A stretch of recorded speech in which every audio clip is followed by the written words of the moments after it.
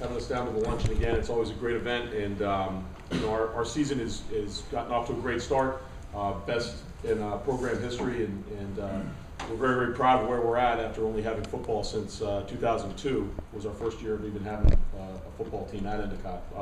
But we're off to a 5-0 start. We're winning fairly convincingly because of our offense and our quarterback, Phil Kanaka, here.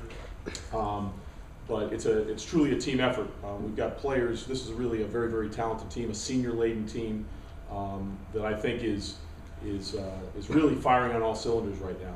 And you know, like Coach Murph just said about defense, when you can hold people, especially a team like Curry, to only 7 points, your staff is doing a great job and your kids are playing hard. Kevin Egan, who is our outstanding defensive lineman, probably one of the best defensive players at any level, anywhere, had another good game. Coming off a monster game the week before, 13 tackles and 3 sacks. He backed it up, had a good game against a talented Curry offensive line. We also have had great defensive back play this year. Jason Silva is one of the conference leaders and national leaders in interceptions, sophomore for us, free safety.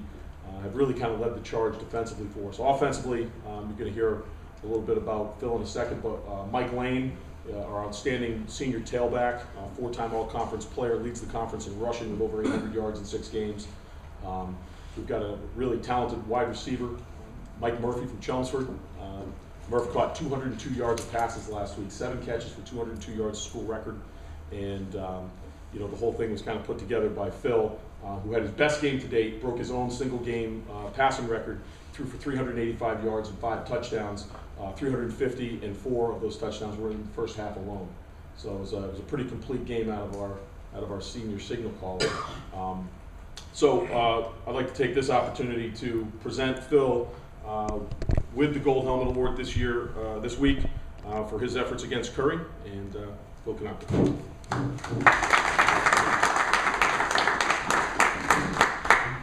I'd like to thank the Boston sports writers and the Gridiron Club of Greater Boston for voting me to receive this award. I'd also like to thank our coaching staff, Coach Wells, all the rest of the coaches for giving us a game plan, putting us in position to do what we were able to do.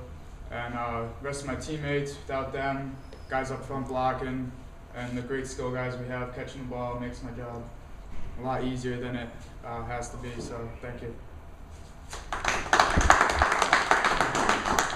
On to this week. This week we go out to Nichols College, Dudley, Mass. Nichols right now is kind of the opposite of us. They're 0-5. They're struggling a little bit.